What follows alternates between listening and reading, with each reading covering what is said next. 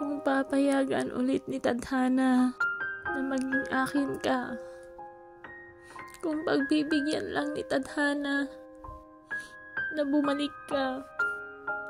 Pangako hindi ko nasasayangin pa.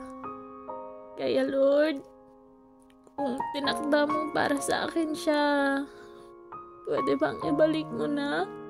Pero kung may iba nang nagmamay-ari sa kanya, Lord, sana tulungan mo siyang maging masaya.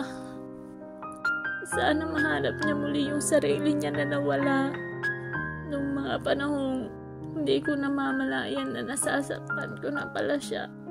Lord, kung may iba nang nagpapangiti sa kanya, kung hindi na ako ang dahilan ng bawat pagtawa niya, ayos lang. Basta maging masaya siya ulit.